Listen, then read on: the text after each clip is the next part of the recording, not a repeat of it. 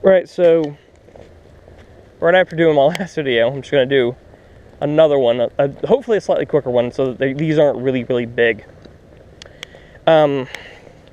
Teaching in Hiroshima, I was ruthlessly tricked into attending the 55th anniversary of the atomic bomb drop on Hiroshima. I say ruthlessly tricked as kind of a joke or a jest.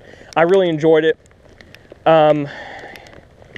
Despite it being kind of stressful, kind of awkward, I guess. But it was awkward for everybody involved, I feel. Interestingly enough, I wasn't told that was what I was doing that morning. What actually happened was I was sitting at home, because it was during a break, and one of my teachers called me and said, Williamson said, you know, we're taking a trip to the zoo today, and we need extra chaperones. We're wondering if you'd be willing to come with us. Absolutely. I would point out they were paying me extra. Paying me for a day that I wasn't supposed to work. Absolutely. I love zoos. I love kids. Interestingly enough, I learned that, like small kids in Japan are trained to respond to the sound of a whistle, either by moving across the road or by freezing. It's very interesting. Blow a whistle, all the kids freeze. The zoo was great. It was everybody from high school on down. We were there maybe 3-4 hours, and I got paid for a full day of work. Great. When we were done, and we were all getting, on trains, the teacher that was with me said, "Oh, Williamson say the high schoolers are not going back. They're actually going on to Hiroshima," because we were about halfway to Hiroshima from Yoshi, to attend the 55th anniversary of the atomic bomb drop. Would you like to accompany us? And all of the high school students, girls, looked at me expectantly, and what was I going to do? Be like, nah, screw you guys, I want to go home and play, I don't know, something on the computer. No, of course I went.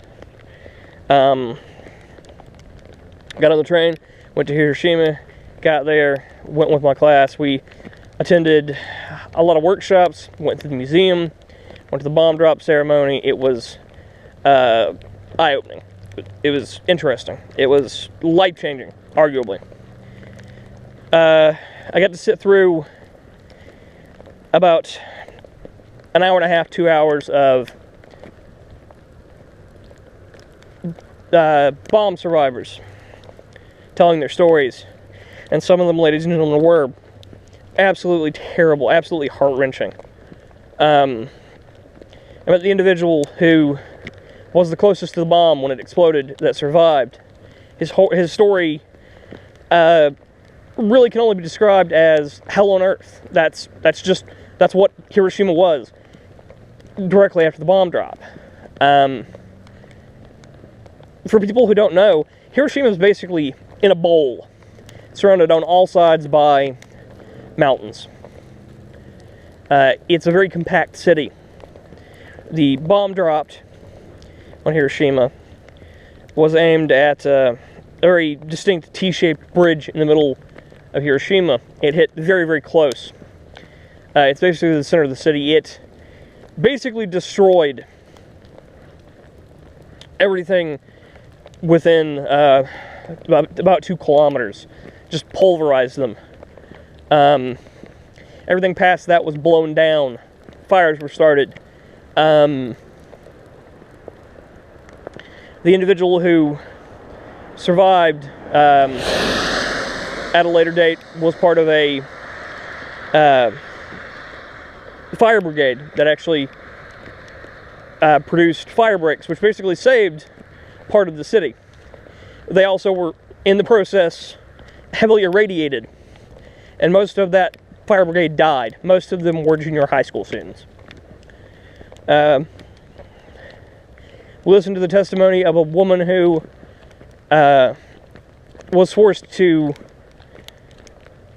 stand helpless with her husband as her 2 children who were trapped in the remains of her now destroyed house were burned alive.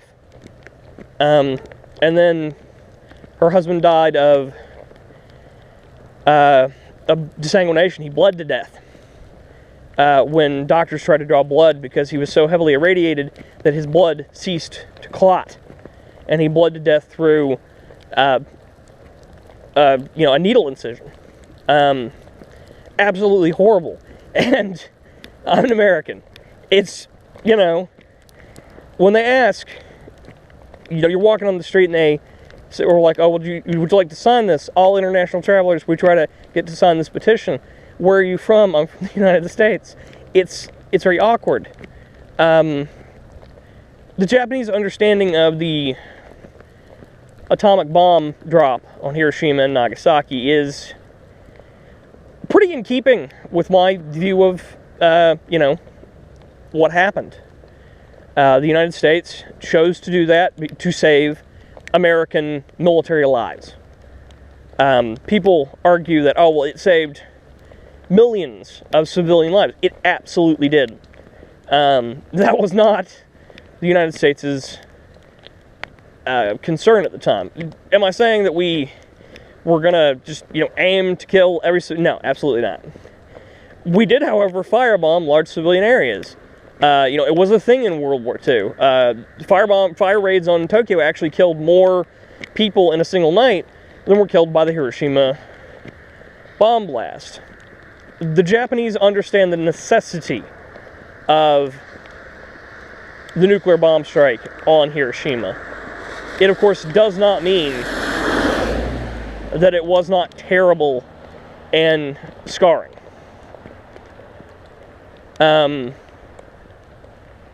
If you ever go to Japan, ladies and gentlemen, and you have any time off, I would heavily suggest you go to Hiroshima. Even if it's not the anniversary. The bomb drop and the Pentataph, which is a building which was actually directly under the blast. There's a technical thing about how nuclear bombs explode. If they explode straight down, it actually doesn't knock walls over. It just destroys the roof of a building. The Pentataph is completely gutted. It's just the shell of the building. But it's a stark reminder of what happened. And there are very few instances where you're going to be an American in a situation like that. Am I saying that the Japanese were like, oh, you damn dirty American, no, absolutely. They were super, super supportive. I cried more than once during the ceremony, during the listening to people. And Japanese people, even Japanese people who weren't my students, were super supportive. Japanese people are not physically affectionate, ladies and gentlemen. They don't hug. It's not a thing. I got a lot of hugs. Japanese people absolutely understand that this is a painful memory for more than just them. Are there Americans who, are like, damn dirty Japanese got what they deserved? Absolutely, and those people are terrible people. They don't have a soul, as far as I'm concerned. They're not human.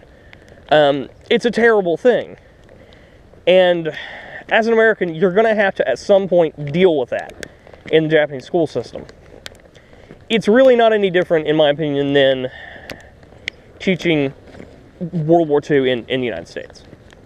The only difference is in Japan, you're not going to have to explain the matter to your students. They already know.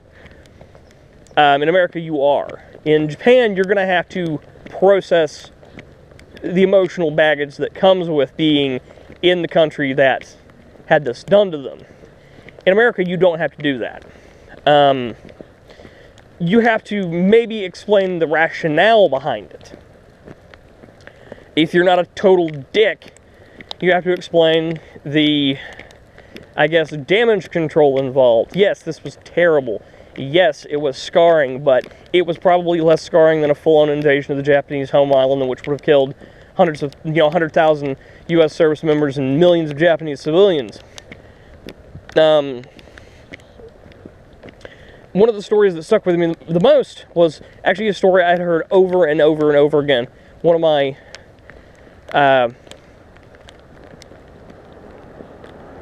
school principals, a female, told me a story that I heard 3, 4, 5 times. I heard it from her. I heard it from a lady who owned a bar that I like to frequent.